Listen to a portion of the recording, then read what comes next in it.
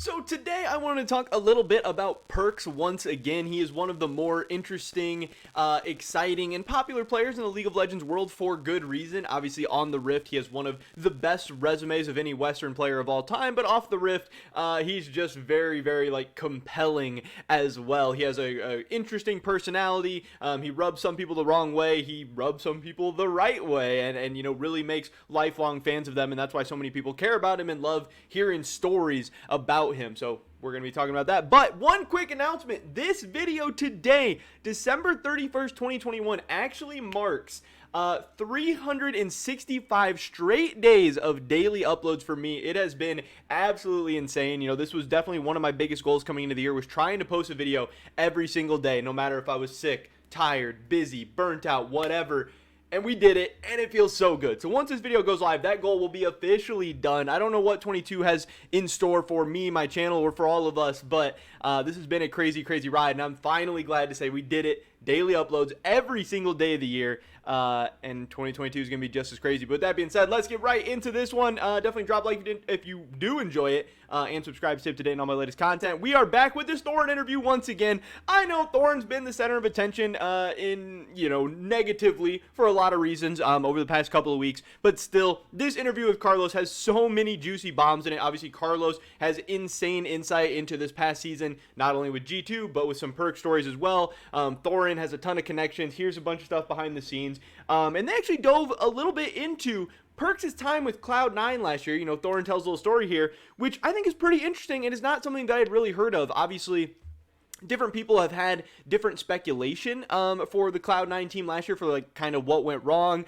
A lot of people say it just didn't feel like Perkz fit in. It doesn't feel like Perkz and Blabber meshed well together. I know there was a part in time on Reddit and Twitter and stuff where there was a bunch of conspiracy theories about how Sven didn't like Perkz and how it just didn't seem like Perkz fit in well with the team, fit in well in North America, and they had some mixed results. Some people say it was a really, really good year for Cloud9 since they won a title. They made it to MSI and they got out of groups at Worlds. But at the same time, I don't think it was that great of a year because they had a very, very stacked roster. They won a title in Game 5 against a backup jungler. They, kind of shit the bed at MSI. And then, yes, they did get out of groups at Worlds, but they got 0-3. They also got out of a group where FPX shit the bed and Rogue was just not that good of a team, in my opinion. So, it depends. If you saw if you saw 2021 Cloud9 as a massive success, maybe you won't agree with so much of this stuff, but there are some reasons, obviously, in Perkz leaving after a single season, after having a 3-year deal or whatever, there is some reasons why maybe it didn't work out as well. So let's hear what Thorin has to say. Hear him out here. He is esports, so we will give him the floor.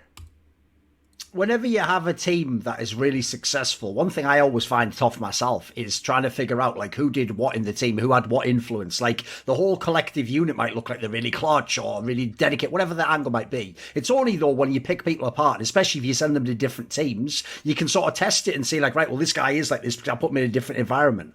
Right? If you heard some of the stories about why supposedly Perkz and Cloud9 wasn't working that well, it actually sounds like it gives us some insight into what he was doing in G2, because I've heard basically that actually some of the players in Cloud9 didn't like the idea that he was sort of a stricter player or would call people on their shit or wanted to have actual proper discussions about what's going on instead of just, hoping things get better, right? People have seen this big contrast because obviously G2 looked a lot worse. And then specifically, I got the vibe, this is what I want to ask you about. Did this actually sort of teach you something about intangibles, about what types of figures you need beyond just the players in the game, obviously?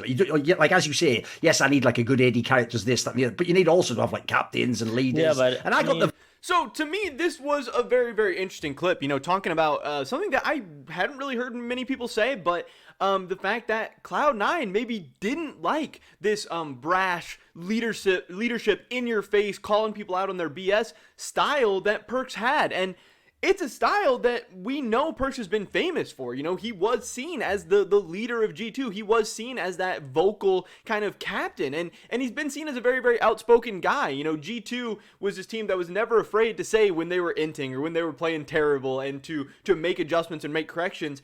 And hearing that Cloud9 didn't like that, I understand and I don't understand. I mean, to me, being afraid of conflict or being afraid of calling each other out or holding each other accountable or whatever, I get it.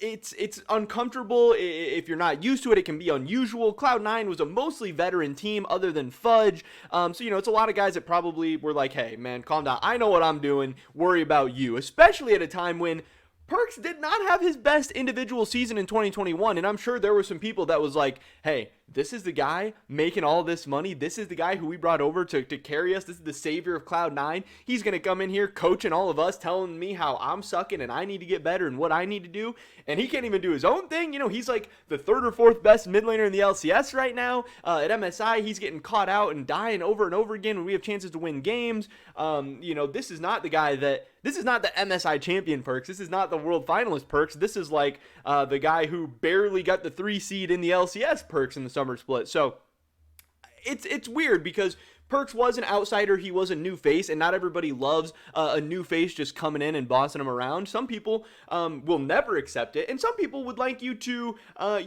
prove it to them first that you are worth all that. So maybe Perkz needed to ease his way into that role or that position. Maybe he needed to, build up rapport with everyone. Because I do think that is very, very, important as a leader. You can't just skip steps. Cloud9 was absolutely a different team, opportunity, everything than G2. And that's not to say that Perkz's, leadership style would have never worked out, but I do think it's possible he went about it the wrong way. But it's also possible that Cloud9 just wasn't the right atmosphere, just wasn't the right team for him. And that, leads me to the part where Thorin's talking about intangibles.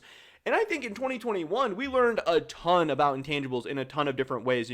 Historically, it had always been like, get the best players. If you have all the best players on the best teams, you're going to find success. Think of all the stacked rosters that we've seen in the LCS and the LEC succeed. A lot of the G2 teams, a lot of the Fnatic teams, TSM back in the day, TL more recently, Cloud9 more recently. They had the best players at most positions, and they found success. But in 2021, we found out a lot about, one, the game has changed to team play in a lot of different ways. It's not just about 1v1, out-skilling, out-fingering, whatever, out-handing your opponents. It's now a very, very team game. It's very, team-oriented and team-focused, and it's all about how your players mesh together. We found out that Reckless was probably not the best fit for G2. That doesn't mean that Reckless sucks or that he wasn't one of the best, if not the best players available in terms of skill. It means he wasn't the right fit for G2.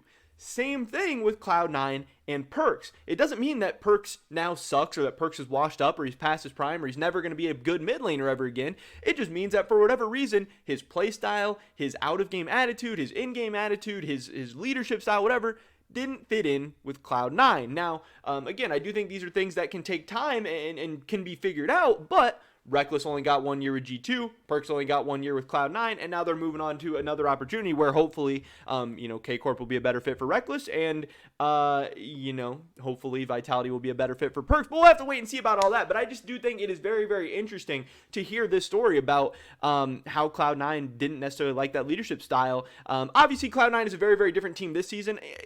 So I don't know how it's going to go. LS is going to be another guy that's going to be very, very outspoken, going to be very, very in your face, going to be very, very, just open and honest. So is that going to work out with Cloud9? What players had an issue with Perkz? Was it Sven? Was it Blabber? Was it Fudge? Was it Vulcan? Obviously, some of those guys are gone. Some of those guys are not in the starting lineup anymore. But to me, LS seems cut from a similar cloth as Perkz. And if Perkz wasn't a great fit and didn't work out, how are they going to change things to now be better equipped or better prepared for that style? Have they removed those pieces that, weren't willing to go for that? Is LS going to go about it a different way? Or is Cloud9 now, realizing that that's a good thing to do? I don't know, but we're going to have to wait and see. But either way, I did think this was a very, very interesting peel back behind the curtain, taking a look at, Perkz and Cloud9 in 2022 or 2021. And I think it sparks up a lot of interesting discussions and debates. So that is pretty much everybody's video today, guys. Definitely drop a like if you did enjoy it. I would appreciate it so much. Leave a comment down below.